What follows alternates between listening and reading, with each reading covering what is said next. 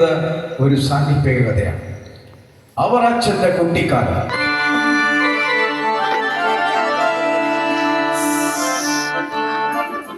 ഇതിന്റെ കഥയും കഥാപാത്രങ്ങളും തികച്ചും സാങ്കല്പികം മാത്രമാണ്. പ്രാർത്ഥനയുടെ നടുവിലും പല കാര്യങ്ങളിൽ ഏർപ്പെടുന്ന മാതാപിതാക്കളും അനുസരണമില്ലാത്ത കുട്ടികൾ.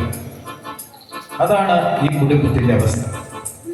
മൊബൈലിൽ മാത്രം നോക്കി ജീവിതം കഴിക്കുന്ന കുട്ടികളാണ് ഇന്നത്തെ കാലഘട്ടത്തിലുള്ളത്.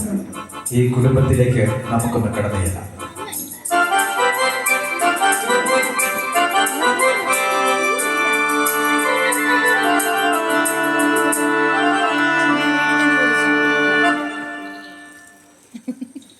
ഇത്രത്തോളം ജയം തന്ന ദൈവത്തിനു സ്തോത്രം, ഇതുവരെ കരുതിയ രക്ഷകനു സ്തോത്രം. എന്റെ മനുഷ്യ, ഒന്നെങ്കിൽ ഇവിടെ വന്നിരുന്ന് പ്രാർത്ഥിക്കാൻ, അതല്ലെങ്കിൽ ആ കഞ്ഞി തിളച്ചു പോയോ എന്ന് നോക്കിട്ട് വാ. ആ കഞ്ഞി എങ്കിലും തിളച്ച് സ്വർഗത്തിലേക്കൊന്ന് പോട്ടെ, നീയോ പോകില്ല. ഇത്രത്തോളം ജയം തന്ന ദൈവത്തിനു സ്തോത്രം. നിങ്ങൾ ആ കഞ്ഞി തിളച്ച് പൊങ്ങി പോകുന്നുണ്ടോന്ന് നോക്കാം. അങ്ങനെ അങ്ങ് തിളച്ച് പൊങ്ങി പോവാണെങ്കിലേ നീ ഒരു കാര്യം ചെയ്യാ, ഒരു കല്ലെടുത്ത് അതിന്റെ മുകളിലോട്ടാക്കി വയ്ക്കും. എന്റെ മനുഷ്യ, ഞാൻ പെട്ടെന്നൊന്ന് പ്രാർത്ഥിക്കട്ടെ. കുറച്ചു നേരം ആ വായ അടച്ചൊന്ന് ഇരിക്കേ. എനിക്കറിയാം, ഇപ്പൊ തന്നെ അവക്കടെ സീരിയൽ അങ്ങ് തുടങ്ങും. എവിടെയാണ് ഈ പിള്ളേര്? അവരെ വിളിച്ചിരുത്തി പ്രാർത്ഥിക്കാം. എടി മോളുകുട്ടിയെ, ഇവിടെ തോമാച്ച വാ പ്രാർത്ഥിക്കാം. വരുവാണേ.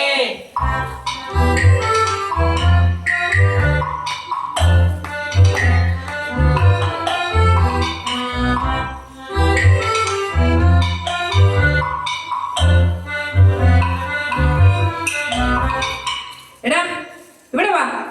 ഇത് എങ്ങോട്ടാ പോണതാ? നിന്റെ ഒന്ന് കണ്ണു കണ്ടുകൂടെ? അതെങ്ങനെയാ? ഈ മനുഷ്യന്റെ അല്ലേ മോൻ? അതേടി, എനിക്ക് കണ്ണൊന്നും കാണത്തില്ല. കണ്ണ് കാണാമായിരുന്നെങ്കിൽ ഈ സാധനത്തിന്റെ കെട്ടിക്കൊണ്ട് വരുവാണോ മോനെ? അതെ, വെറുതെ അല്ല, 10 ലക്ഷം രൂപ എന്റെ അപ്പനങ്ങ് തന്നതാ. അതേടി, ഏതൊരു ഇൻഷുറൻസ് കമ്പനിയും ഒരു അപകടം വരുമ്പോ ക്ലൈം കൊടുക്കും. ഇത്ര വലിയ അപകടം വേറെ ഉണ്ടോടാ മോനെ? നിങ്ങളായിരുന്നു വഴക്ക് ഉണ്ടാക്കാതെ എന്താന്ന് വെച്ച് തീരുമാനിക്കുക. എടാ മോനെ, ഞാൻ സ്കൂളിൽ പഠിക്കുന്ന സമയത്ത് ഒരേ ഒരു മൂട് കീറിയ നിക്കറൂട്ടുണ്ട്. അങ്ങനെയൊക്കെ കഷ്ടപ്പെട്ടാണ് ഞാൻ പഠിച്ചത്. പപ്പയുടെ ആ കീറിയ നിങ്ങളുടെ കഥയൊന്നും ഉണ്ടാവോ? കേട്ട് കേട്ട് മടുത്ത്.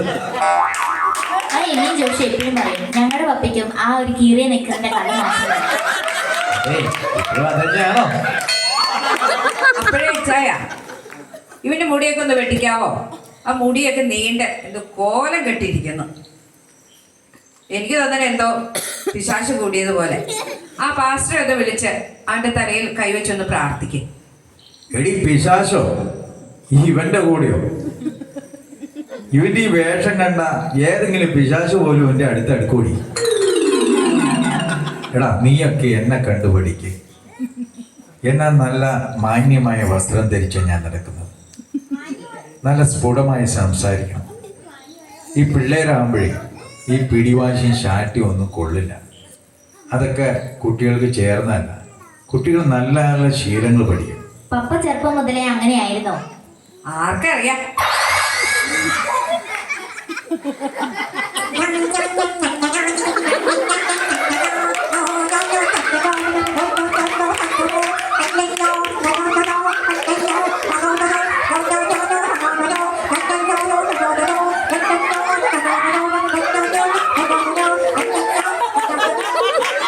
ഈ മോളി, പപ്പയുടെ മമ്മയുടെയും ചെറുപ്പകാലം ഇങ്ങനെയായിരുന്നു. അവർക്ക് അനുസരണ ഉണ്ടായിരുന്നു. എനിക്ക് തോന്നില്ല. നമുക്കൊന്ന് ചിന്തിച്ചു നോക്കിയാലോ?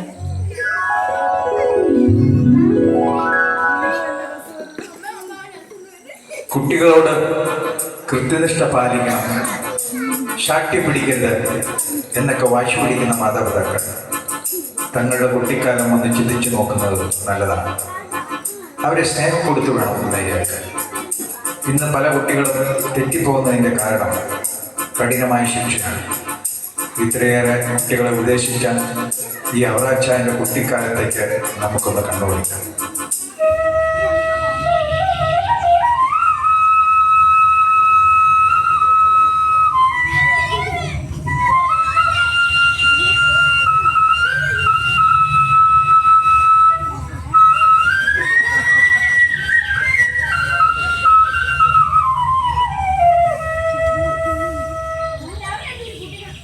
എടി ആലീസേ, പിള്ളേരെ വിളിക്കേ. മണി 8 സ്കൂളിൽ പോകണ്ടേ? ഇന്ന് ശനിയാഴ്ച അല്ലേ അച്ചായ, അവറ്റകൾക്കൊന്നും പഠിത്തമില്ല. ഓ, ഞാനങ്ങ് മറന്നു. എന്തായാലും നീ പിള്ളേരെ വിളിക്കേ, സമയത്രായില്ലേ? ഓ, ഞാൻ പലതാണ് വിളിച്ച, അവൻ മൊത്തം ബൈബിളിലെ ഡയലോഗാ പറയുന്നത്. എടി ആ തലതെറിച്ചവൻ എന്നാണ് ഈ പറഞ്ഞേ? ഞാൻ വിളിച്ചപ്പോൾ അവൻ പറയുക, സ്ത്രീയെ എനിക്കും നിനക്കും തമ്മിൽ എന്തെന്ന്. എന്നിട്ട് പിന്നെ അവൻ തല മൂടി കിടന്നുറങ്ങി. എന്നിട്ടോ നീ പിന്നെ വിളിച്ചില്ലേ? ആ വിളിച്ചപ്പോ പറയുക, എന്റെ നാഴിക ഇതുവരെ വന്നിട്ടില്ല. ഇടി കൊച്ചേ, ഈ മുറ്റം കാണിച്ചേ. എനിക്ക് പറ്റില്ല, മമ്മി എനിക്ക്. നല്ല അനുസരണ, നിന്റെ മകള് തന്നെ.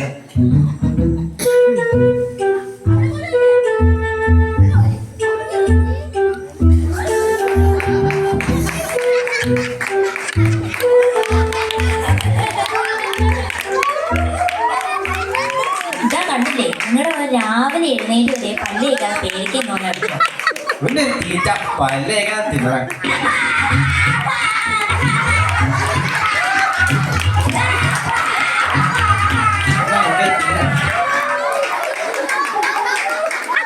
പല്ലേച്ചിട്ട് തിന്നാ മതി, ഇന്ന് താഴെ.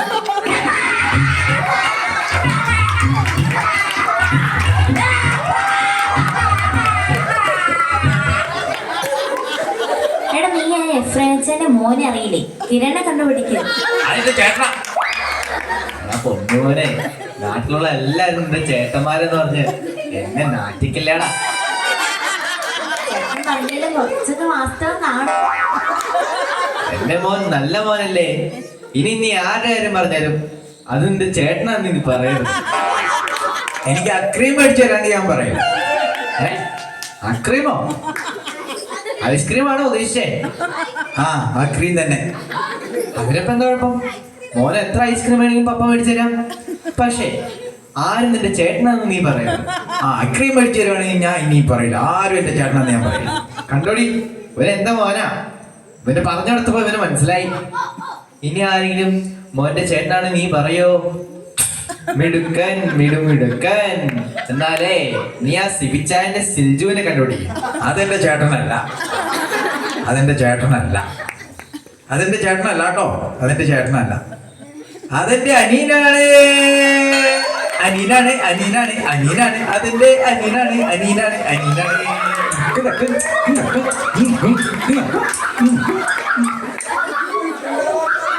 ബാലൻ നടക്കേണ്ടത് വഴി വിശ്വസിക്കാൻ അത് അർത്ഥമേയായാലും അത് കഴിയില്ല.